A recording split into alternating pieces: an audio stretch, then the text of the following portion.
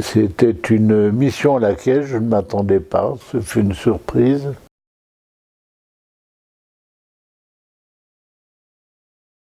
Au moment où Monseigneur Lefebvre se séparait de l'Église, l'abbé Borras du diocèse de Liège achevait sa thèse sur l'excommunication et nous offrait un article qui permettait au grand public de comprendre ce que signifie cette sanction de l'Église.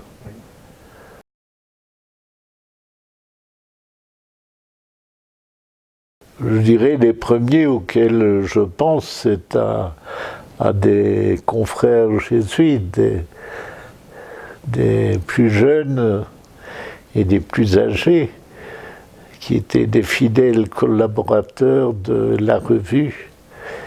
Il y a eu aussi d'autres personnes, en particulier des dames.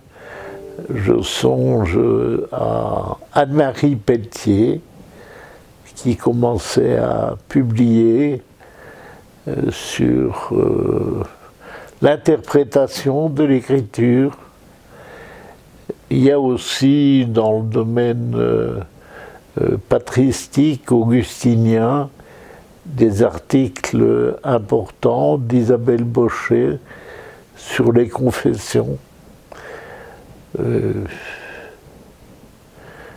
Alors, l'article le plus percutant qui a suscité pas mal de réactions, c'est celui de Jean-Marie Hainaut sur la charte de bioéthique proposait le centre de recherche de Louvain-la-Neuve.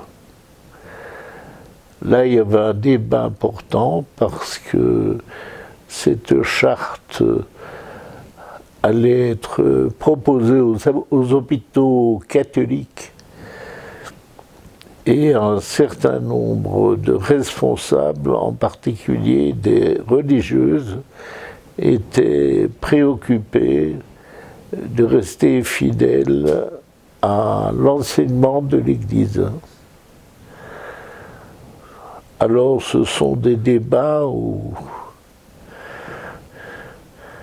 il y a la passion aussi. Les démons peuvent se déchaîner. Et ce fut le cas. L'une ou l'autre personne m'a annoncé qu'il se désabonnait de la revue. Et d'autres mesures dont je ne ferai pas état. Une revue n'est pas là pour rappeler uniquement des principes, mais pour aider à réfléchir, pour aider à avancer, surtout dans des domaines qui sont nouveaux. Et qui peut prétendre avoir la solution? Le souci de la NRT, c'est, si possible, d'abord d'être clair dans les débats. Par exemple, un article a révélé la question des embryons surnuméraires. C'était une question qui, au début, on n'en parlait pas. Je crois qu'à cause de cet article, certains auteurs dans d'autres revues ont pris position.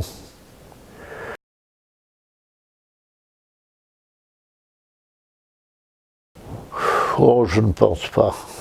Ça fait partie, dans la mesure où ces débats sont courtois, respectueux de l'autre, attentifs à ce que l'autre peut nous dire, c'est excellent.